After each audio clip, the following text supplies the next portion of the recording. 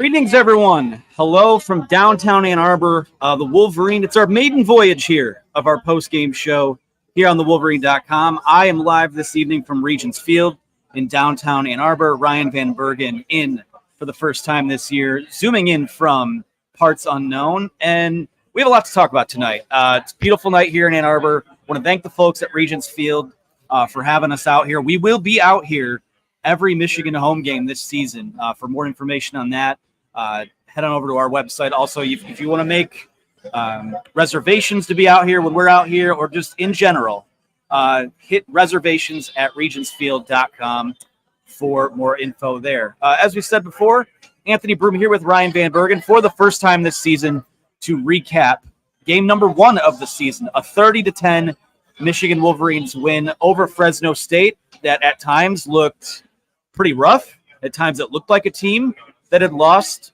all but one starter on the offensive side of the ball. Defensively, I know the knock on Wink Martindale is that they're aggressive and they're going to go for big plays, and sometimes they'll get those chunk plays on them. But, all in all, I think the story of this game, Ryan, and we'll open up with you first. The story of this game is how it finished. Things got tight here really late. It was a 16-10 game late in the fourth quarter. Some silly stuff going on, offensive line issues, a couple miscues here and there. But, Ryan, I think the story of this game as we come out of this opener, because you're looking for something to hang your hat on going into that Texas game, is that there's so much work to do.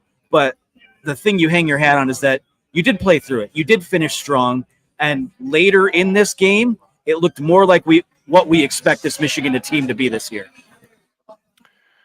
It's exactly what you thought you'd get from having a new regime in.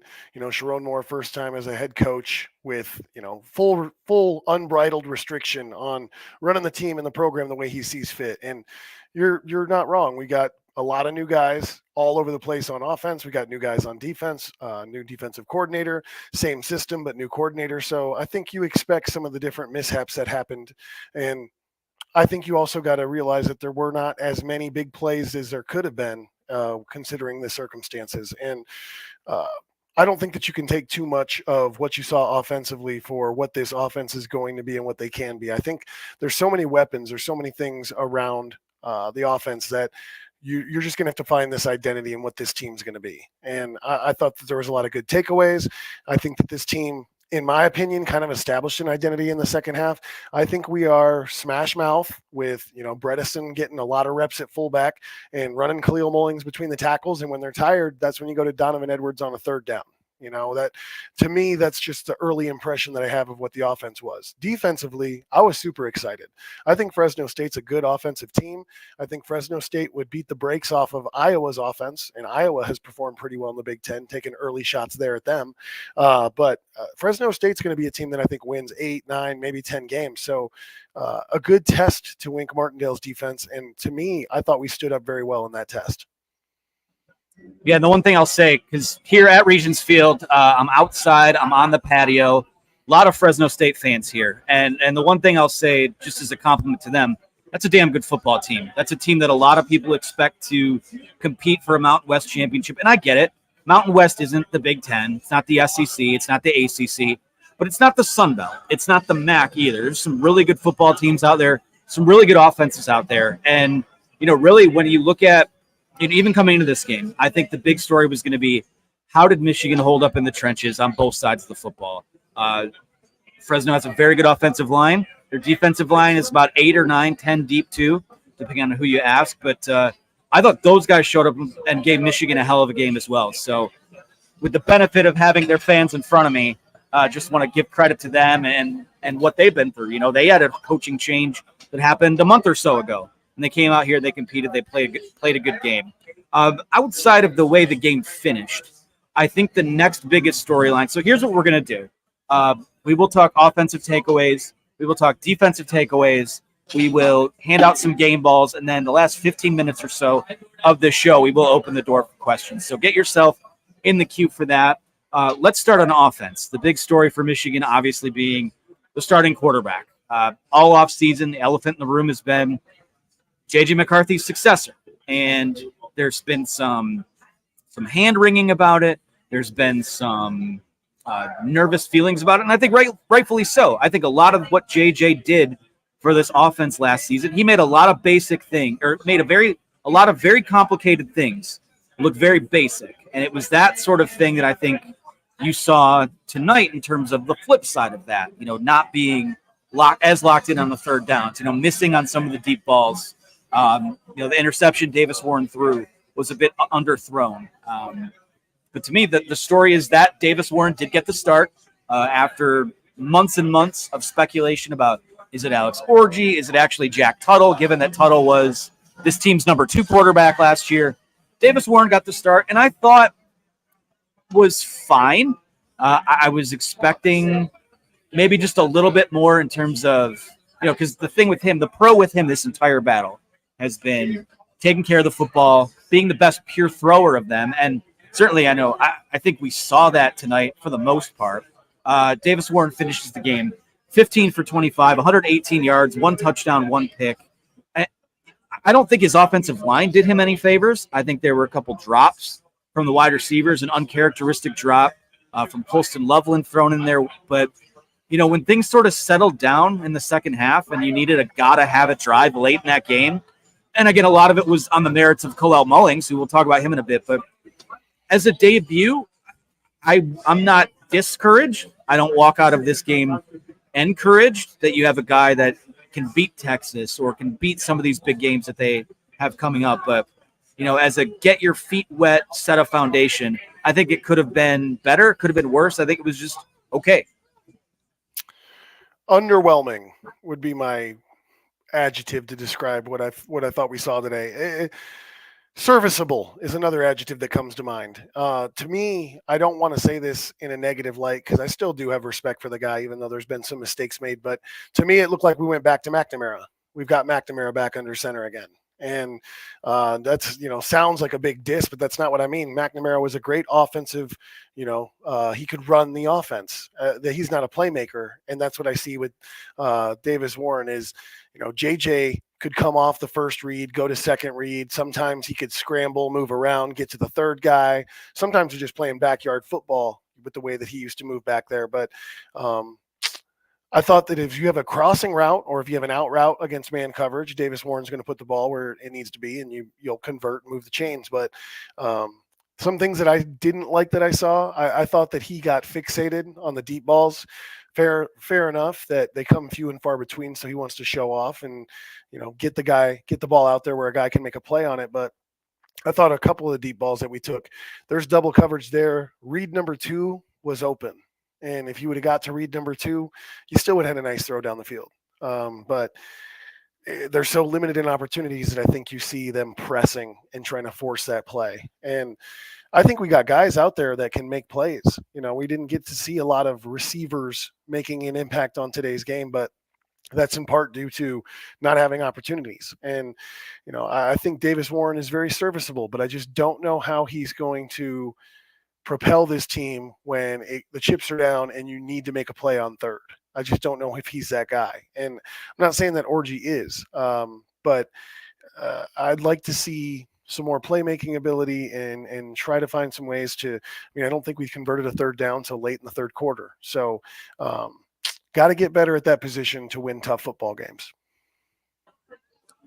Let me ask you this. How much of it do you think is, you can't just run the vanilla playbook because, again, you're playing a good football team tonight, but how much of that do you think is game plan? How much of it do you think was play calling? I thought first drive, again, you get the short field after the Zeke Berry interception, and it I know you had to bring in Alex Orji for the touchdown pass, but it seems like after that first drive, things got a little stale, and you saw him pressing.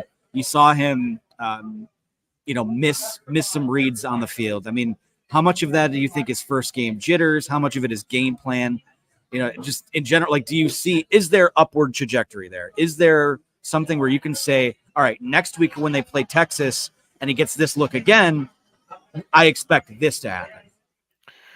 I would say that the biggest benefit would be if we can get better on first down. There was a lot of times where he feel like he's set up for 3rd and 5+. He's at 3rd and 6, 3rd and 7, 3rd and 8. And the further back you get from that first down marker, the more limited you're going to be in what play call you can have and what routes are going to get you, a first down. So I thought I was surprised. And another tip of the cap to Fresno State and how they played up front. But our first down runs were not impressive, until later in the game when we wore them down. I think that most people would say, as much of a hero as he has been and still deserves to be on people's shoulders, Donovan Edwards didn't have the game that I expected him to have.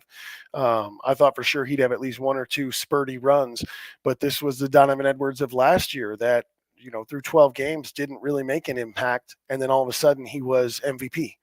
So I think that losing on first down, we got into a position where we weren't expecting to be. I feel like we were expecting to be in a lot of 3rd and 2s, 3rd and 3s, 3rd and 4s, where as a defense, you can't load up the box or play coverage because we could run the ball. So I think that kind of played to our disadvantage, that we're in positions or play calls that maybe weren't on the sheet necessarily against Fresno State. So, but Texas is going to be the same story. If you think you're going to line up and run the football against Texas, 1st and 2nd down, and then be at 3rd and 3 every series, I think you got another thing coming. They're going to be a good team, and you're going to have to challenge them. But I think Fresno State surprised us a little bit. It was good that we were able to lean into the run game later in the second half and kind of take over the line of scrimmage, because at first it was a bit of a stalemate, and I don't think we expected that.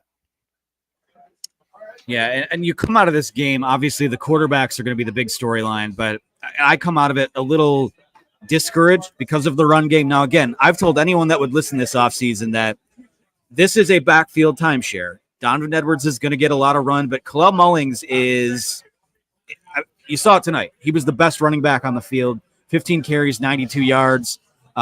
Really kind of leaned on him late on that gotta-have-it drive where he needed a touchdown late in the game. I was incredibly impressed with him. But, again, I think this quarterback situation is going to be something that kind of hangs over them all season long. So that run game has got to bring it. And by extension – the offensive line has got to bring it too. I know Dom Jadis got the start at center, shaky early on. I saw a lot of guys, what you don't want to see at the end of a play is a center and a guard just kind of pivoting and twisting and seeing where the guy they were supposed to block is. Saw a lot of that early on in this game. Greg Crippen comes in, stabilizes it a bit, goes back to Jadis. I thought he played better later in the game. They come out of camp with a little less certainty than I was hoping for there. Evan Link at right tackle, I think the biggest compliment I could pay to him is that I didn't really notice any miscues. I thought he was steady there, and I think on rewatch, it's probably going to grade out pretty well for him from that perspective. But offensive line in general, you've got, anytime you replace 5 pieces from last year, that's a concern. At some point, they're going to just keep getting better because this is a Sherrone Moore-led football program. But tonight, I think that group kind of let them down a little bit because, again, you couldn't get into those 3rd and short situations. And when you did get into a big-time 3rd and short, center gets blown up, and Kalel Mullings doesn't pick up the 3rd and 1. They've been picking up 3rd and 1s like clockwork for 3 years. So I think there's a lot to clean up there on the offensive line. But, again, you see them come together a little bit late. You grade the whole 60 minutes, but the way the last 8-10 minutes of that game went, I did like how they finished out this game. I like that we lined up and put it between the tackles. I think we gave Donovan Edwards some carries, and I don't want to say he's not a between the tackles runner because that's just not the case. When he gets an alley and he's between the tackles, he's gone. But he struggles, I think, when there is a change of direction or multiple cuts that need made, or sometimes with just patience between the tackles. And I thought Kalel Mullings kind of took over late in the 3rd, early 4th quarter, and we started going between the tackles, and he's getting 4, 5, 6 yards a carry. And I've been telling anyone that will listen that, to me, Kalel Mullings is potential number 1 threat on Michigan's offense.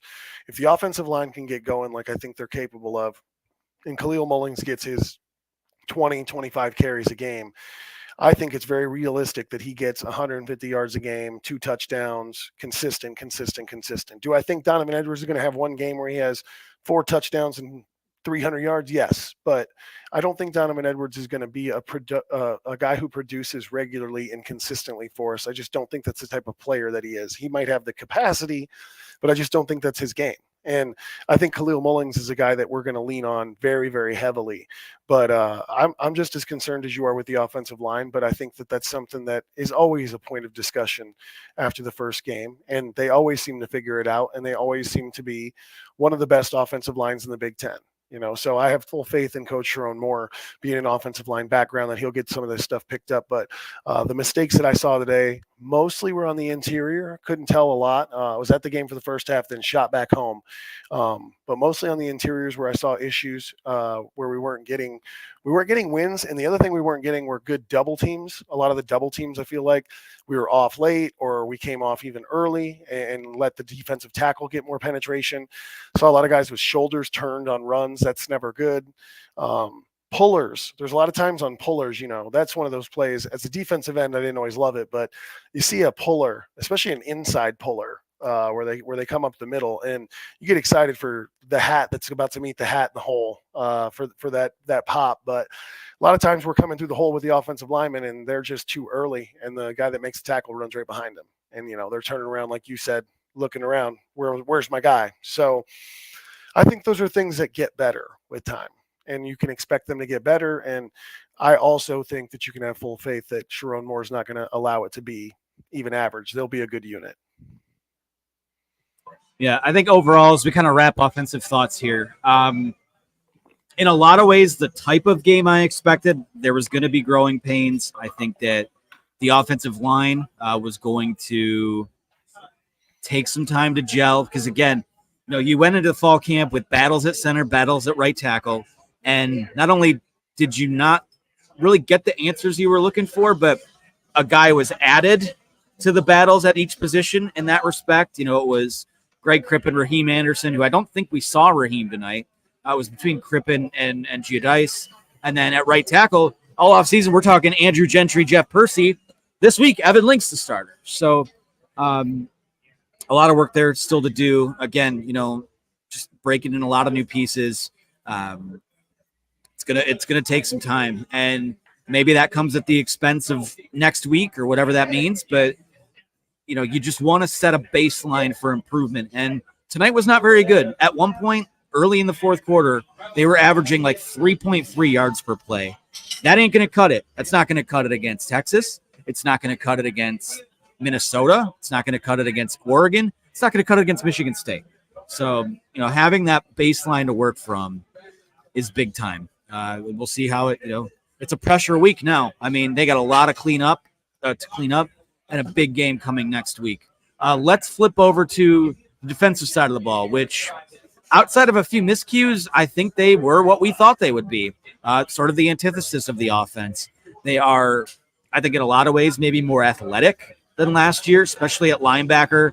I mean, what more needs to be said about Mason Graham and Kenneth Grant? Two best defensive tackles in college football. You got them on the same team. Josiah Stewart was an animal tonight, a pair of sacks for him. He was extremely disruptive. Will Johnson, not his best night at the office, but obviously comes up with the pick six when needed the most. It looks pretty similar. Again, and I saw people pulling their hair out on social media about running cover 0 on a 3rd and 8 inside the red zone. I think that's just going to be some Wink Martindale type of stuff you see now and then. You want to see the corners get up and jam those guys maybe a little bit more, but there's going to be a little more bend but don't break to this defense. But my God, with the guys that they have out there, it's tough to put them up against what they had last season, but athletically, they have a chance to be better. Those guys were flying around. I would agree. I think that they are just as good as they were last year, which is scary because they were so good last year. But it's the same story, different last names. And I feel like when you have two guys like we have in the interior of the defensive line, it makes playing defense so much easier because right off the bat, you've got to go, all right, center guard has one, and that's a double team. So that means the guard on the other side is going to be single with the other.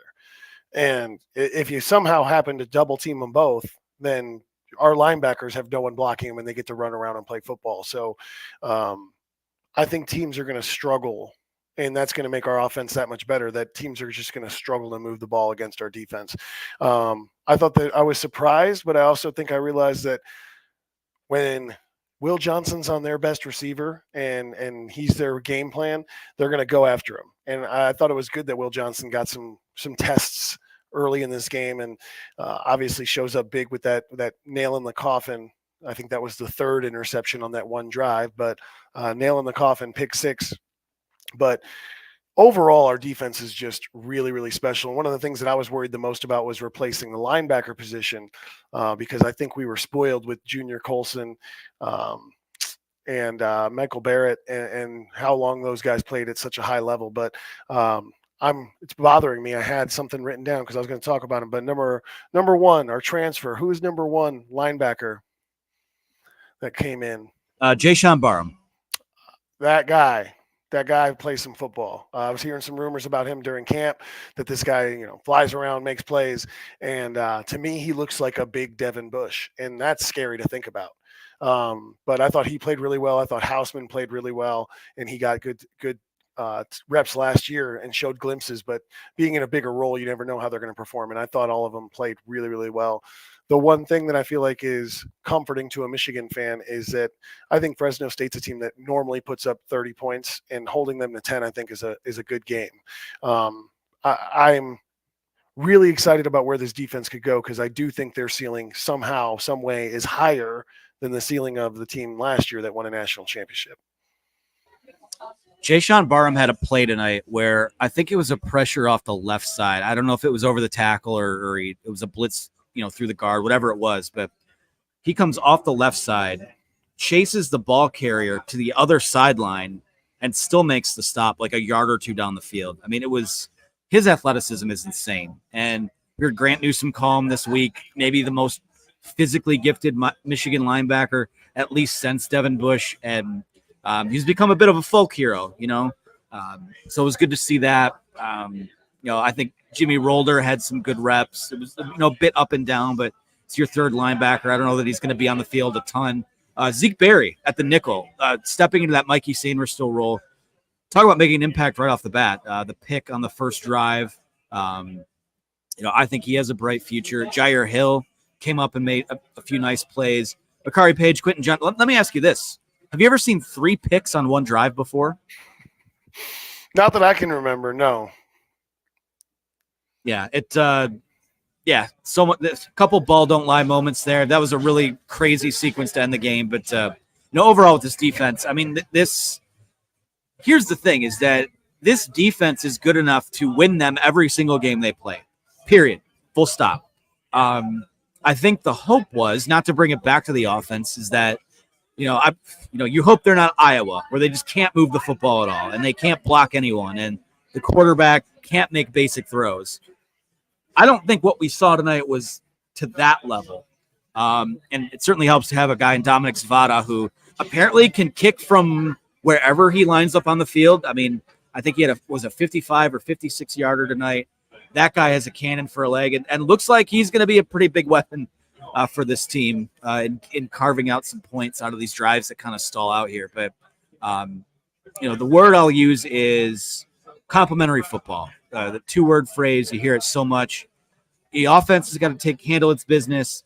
A couple nice punt returns. I think Tyler Morris had the one that stands out to me. Defense stepping up, making the big plays when they needed to. I don't think there's a path to this offense looking sexy this year. There's just not. They could be a little more explosive with some of the guys they have at wide receiver. I was surprised to not see more of like the jet sweeps or the jet motions or anything like that. But this defense is national championship good. And really the biggest question for this team is how much can the offense complement it? You don't need to match it. You don't need to surpass it. I don't think you need to match or surpass what you were last year.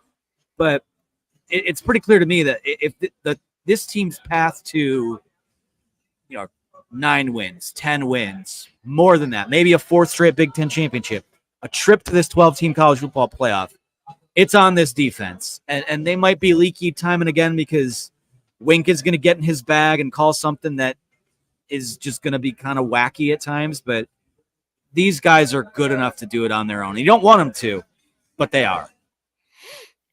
I think so. And I mean, that's the only thing that you worry about a little bit is don't overdo it, and get too creative with our play calling defensively and get too wild. I think, and I'm going to give him the benefit of the doubt that Wink knows what he's doing, and that's why he's making the big bucks. But I think at the NFL level, you have to work a little bit harder to confuse quarterbacks and offensive coordinators that have such a cerebral knowledge of the game. And when you get to a Fresno State quarterback who's not pooping down his leg, but pretty close to it because he's at the big house, you don't need to worry. And you got two of the nastiest defensive tackles in all of college football.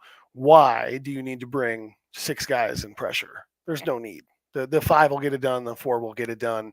So that's one thing that I will be keeping my antennas up for is don't do too much. Don't do too much. You don't need to have a negative play that puts them at 3rd and 20 when they don't convert on 3rd and 8s. So it's just something that I'm keeping my eye up for is there's no reason to try and make the defense sexy, because the defense, I think, is just a lumberjack that's just going to chop people down. And there's the other thing that I just want to talk about and hit on is the depth again. I mean, a credit to these coaches and what they're doing at Michigan, but I feel like there's something special that Michigan's been doing defensively for the past 2-3 years, and it's why they can reload like they did this year. They get so many guys significant reps in games that matter and not just garbage time. And to me, I don't think it can be sung enough, the praises for what that does, not only for your team to keep guys fresh, healthy for the entirety of the year, but also for recruiting and for guys that are looking for this opportunity and this platform that, hey, you come to Michigan, yeah, there's 2 guys in front of you, but you're still going to get some significant reps. And I'm super excited about the fact that we have that again, because I don't think that it's valued to the level that it should be, that we have so many guys that get good reps and keep our guys fresh for the rest of the season. I want to hand out some game balls here in a second, but I want to go back to the offense because I want to get your thoughts on sort of the quarterback roulette thing. We knew that both guys were going to play coming into this game. Davis Warren, Alex Orji. And at times you saw why Alex Orji could be a spark for this offense. He's built like a linebacker. He runs like Khalil Mullings. He's got some talent there, got some mobility. But man, oh man, there was the one opportunity he got to, well, he had 2 through the first touchdown pass. He gets his second opportunity to throw the football, and he just throws it directly at a guy's feet on what was basically just a quick little out or quick little check down route. That's why Davis Warren is the starting quarterback. And, again, if he can't throw the football effectively, or they can't get him to throw the football effectively by being creative with what they do with him on the field.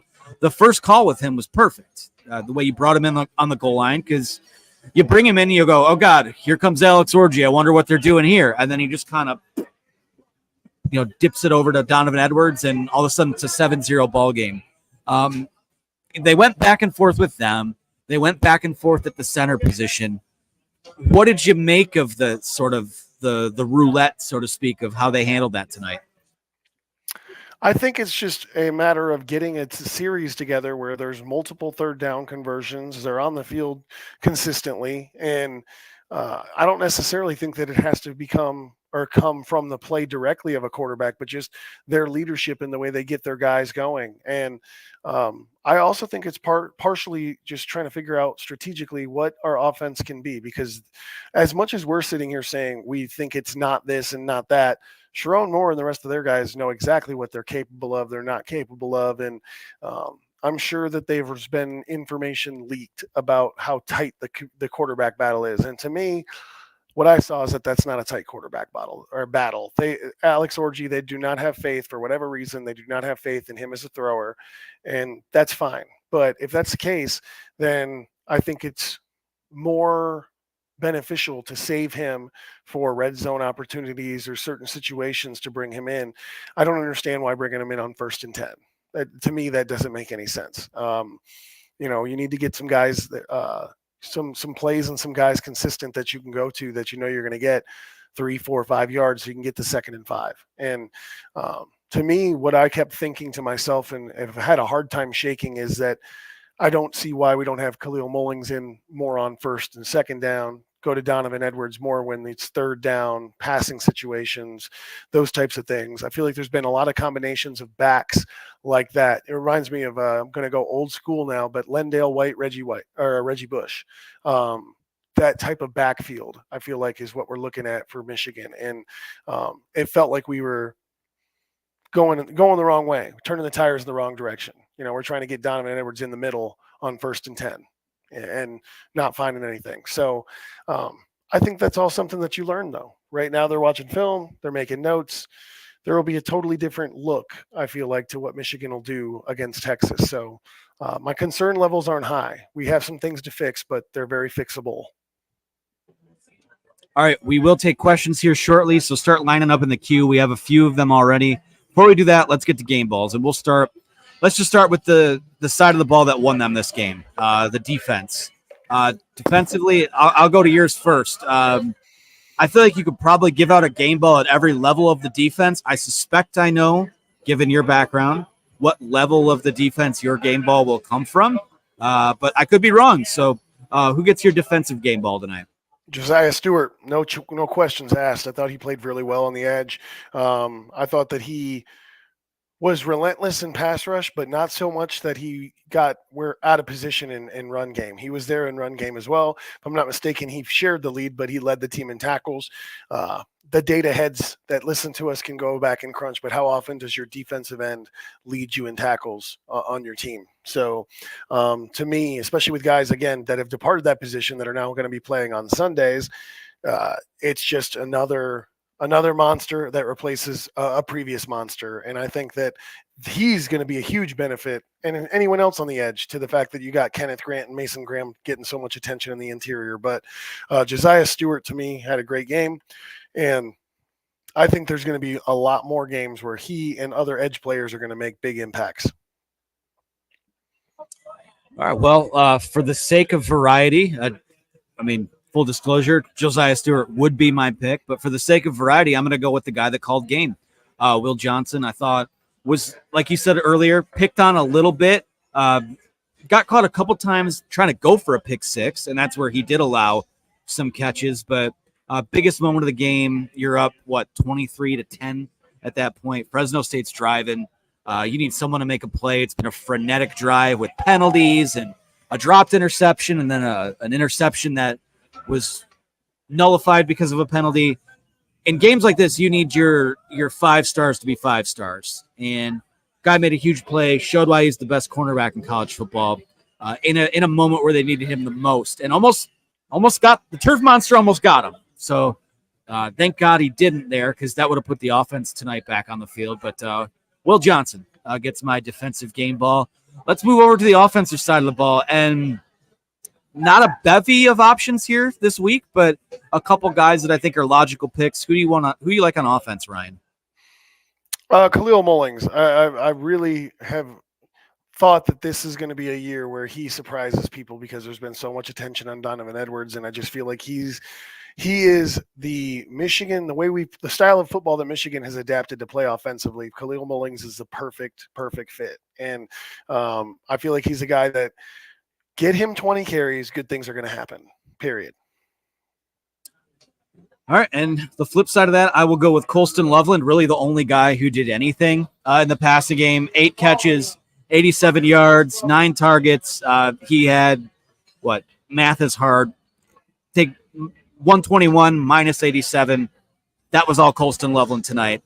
It's clear that he has a chance to be the focal point of this passing attack. He's a safety valve for Davis Warren. Going to continue to be one as long as he's out there at quarterback. Thought we'd see a little more Marlon Klein tonight. He had a nice block on one of the plays out there. I think it was one of the Alex Orji runs. But Colston Loveland, a godsend tonight. 8 catches, 87 yards. The touchdown late in the game. He gets my offensive game ball for this contest. Let's move into questions to close out the show. It is after 12 Eastern, 12 a.m. Eastern here in Ann Arbor. So probably a little bit of a shorter show tonight before we gear up for what is going to be a huge week for the trajectory of this season for this program with Texas coming to town. We will start with Shane Johnson for a $1.99 super chat. Remember, you can put yourself in the front of the line by using that donate button below. Shane Johnson says, scary QB room reminiscent of the Spate and O'Corn days. I'll give you a chance to respond to that first.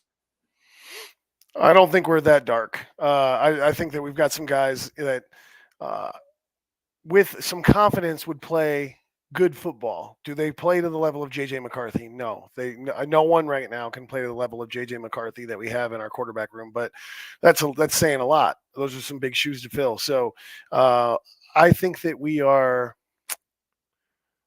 I don't know what era to put us in, but we're not in that position. I just think we need to find a guy. We need to stick with a guy, and we need an offensive identity. If we need someone to hand the ball off, 30 times a game and we're going to run the football, then there's no reason for Orji to really be out there to do the handoffs. Just keep our guy out there, Warren out there. But I think we just need to be okay with being a grinded out, non-sexy, non-explosive offense and just embrace it. And we'll be fine. Yeah, I think that I don't think it's reminiscent of Spate O'Corn yet. Let's play some big games here and see what the quarterback and also put some respect on Wilton Spate's name. When he was healthy, Michigan damn near went into Columbus in 2016 and won. Probably should have won that year. Would have put them in the college football playoff. He gets hurt in 2017, and that's when everything went kind of nutty for them. But if I could, I got an era now. I think we're at the Milton McNamara apex after the Minnesota game. That's where we're at right now at quarterback. Okay. I think ideally with this team, this roster construction, can you be 2015? Can you find a way to be Jake Rudock, surge late in the season with some big games in November? That's the hope. I mean, yes. Would you love it to just have a conveyor belt of J.J. McCarthy's? That'd be amazing. Guess what? J.J. McCarthy's not here anymore. For whatever reason, quarterback recruiting fell off for a few years after he did come into the program. You don't apologize for playing longer than anyone else last year because that's what shortened your offseason and your opportunity to get someone in the portal. So, yeah, you just kind of have to ride it out, make the best of it. I'm not ready to go to that dark a place yet, 2017-ish, but there were times tonight where, I'm not going to lie, it crossed my mind a little bit. This one is from David Ross, who says, so about the Donovan Edwards usage, should we just expect that Khalil Mullings is the number one moving forward? And if this is merit-based, I say yes. I think that it's situational. And when you say running back one, is that the person that gets the most rushing attempts? Because if so, then yes, I agree with you. Then Khalil Mullings is number one. But I think it's all about the types of touches that you get these guys, especially with the way that the offense is playing. And I think Khalil Mullings will get the bulk of the carries, but I think that that's how the offense works best. I think that Donovan Edwards does better on 10 carries, on 12 carries than he would 20 to 25. Khalil Mullings, I don't think puts up big numbers. He doesn't even get warmed up till he's got 15 in him. It's just different types of athletes. So I think that you're going to see both of these guys have significant impact. I just think that they were utilized in a way that made them less impactful than they could be. This one's from the Lost Angels for $1.99 says, is Jack Tuttle coming back? And I don't know. Had some sort of upper body issue in spring ball, was limited in fall camp. I mean, we had practice observers over the summer with the player-led stuff that said he looked the best of any of them. Obviously now didn't really get much work in fall camp to make an impact on that job. At this point, I mean, if he comes back healthy at all, you got to figure he's starting from a baseline to where you got to catch up to these other two guys now.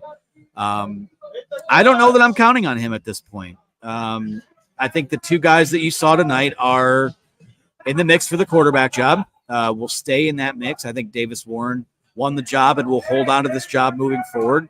I don't think you see Jaden Davis this year. I think this is a redshirt year for him. So it sucks to say, but Jack Tuttle, I think the biggest impact he will make right now is being a good teammate and making sure that these guys are ready on, Monday through Thursday and then into Saturday.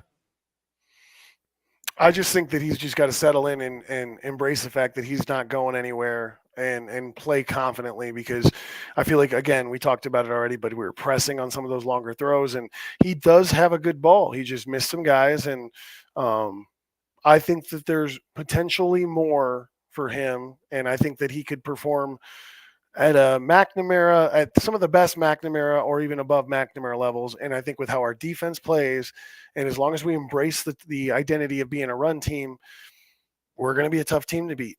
We just, we're not going to be an air raid team that has 45 points. Don't expect that this year. Go to D-Boys, who says, very simple, staying on quarterbacks here. Should Alex Orji have a bigger or smaller role against Texas next week? I think smaller. I think Orji should be utilized specifically in red zone situations. I think we need to line up maybe a little bit more under center with Bredesen at fullback and with Khalil Mullings, on first and second down, and see if can we get to 2nd and 6s, 2nd and 7s instead of, getting stalemated at the line of scrimmage, trying to bounce out to the outside and see what happens. But I feel like we were close today. I think we had 4 of the 8 cylinders going, and, we just couldn't get those other 4 firing right. But it's the first game. It's what you expect.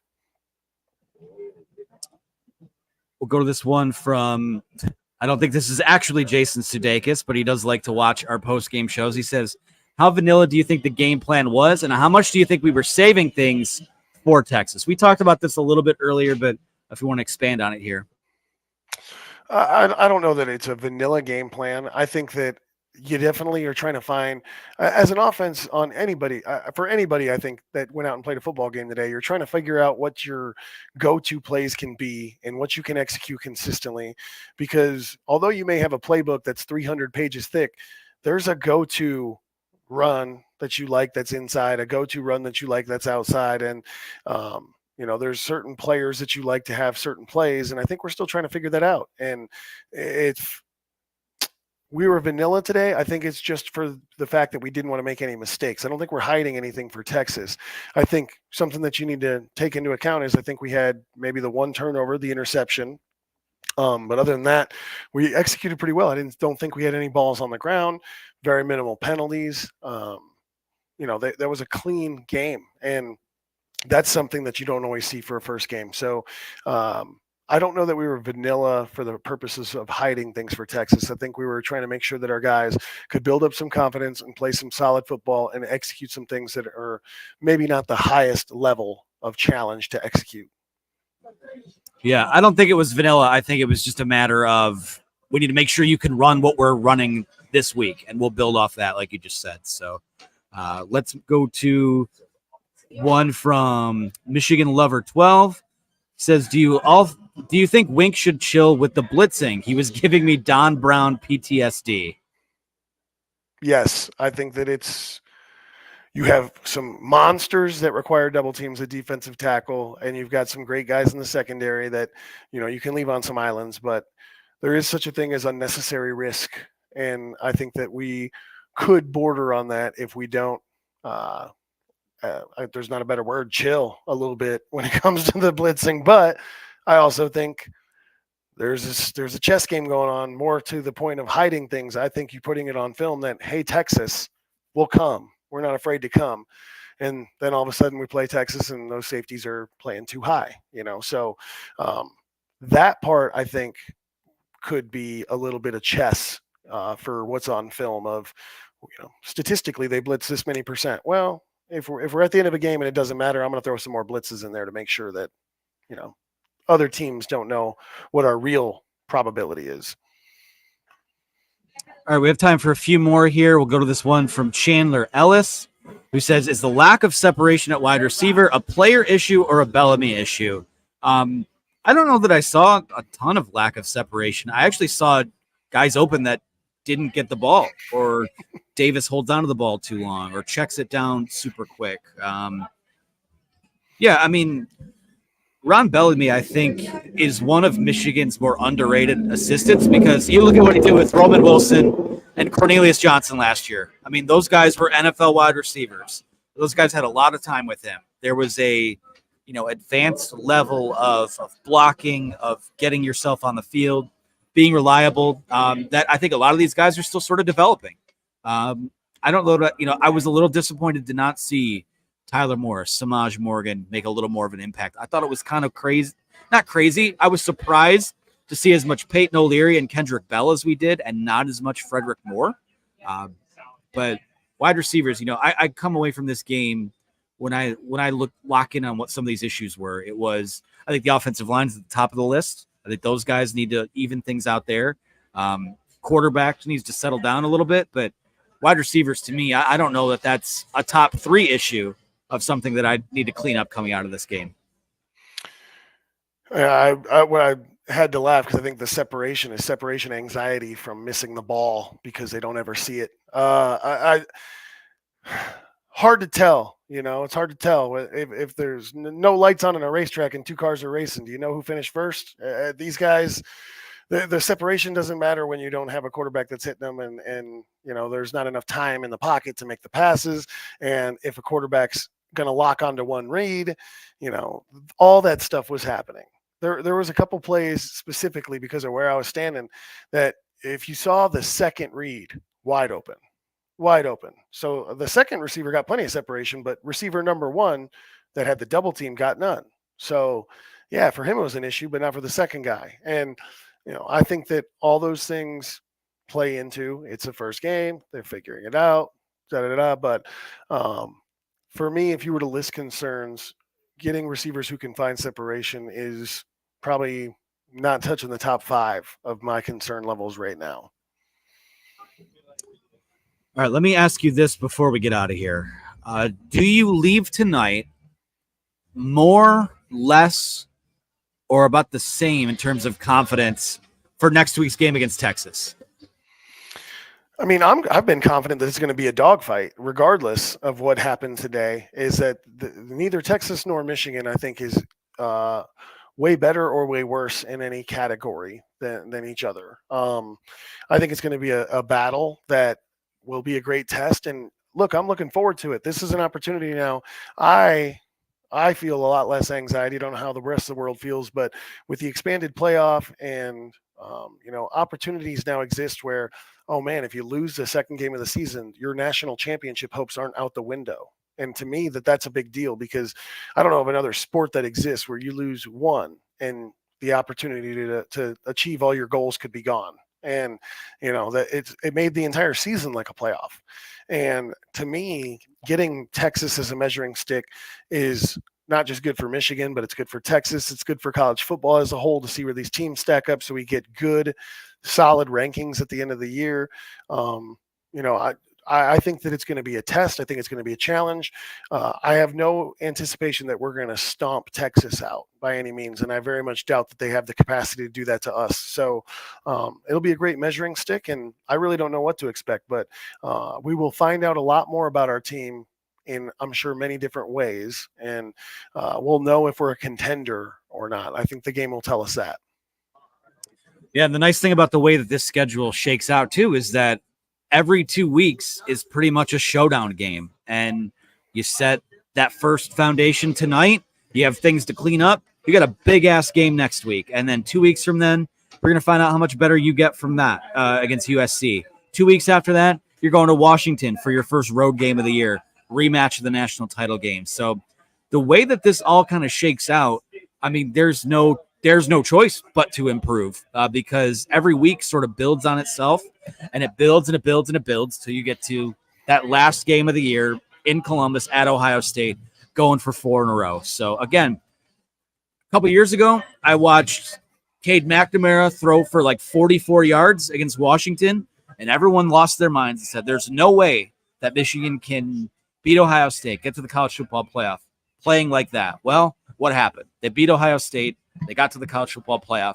They got better, and at a certain point, they hit their stride. And I think probably around week 4, week 5 is when you see this team hit its stride in terms of what it's going to be moving forward. So a lot of question marks. I don't The quarterback thing still registers to me as the closest thing to a concern. But I trust these guys. I trust this coaching staff. I watched them put together a game plan in the Rose Bowl where you went toe-to-toe with Alabama. You made them confused. You had them, their heads were spinning. I think you have the athletes on this offense to be something like that this year. So we'll see what happens. Good first step. Great finish to this game. Poor start, but it's all about how you finish. It's all about that scoreboard at the end of the day. Be sure to like and subscribe to the Wolverine.com's YouTube channel. We will be here at Regents Field every week when Michigan plays at home, doing our post-game show. Next week, a noon kick against Texas. We'll be here probably about an hour or so after that game goes final. So we're looking forward to having you out here for that. To those of you who are here tonight, thanks for stopping out. It's a good first step for us as well, getting some technical stuff, and it'll be better moving forward on our end as well. So for Ryan Van Bergen, I'm Anthony Broome. Thank you guys for watching so much. Talk to you next week with the Texas Longhorns in town.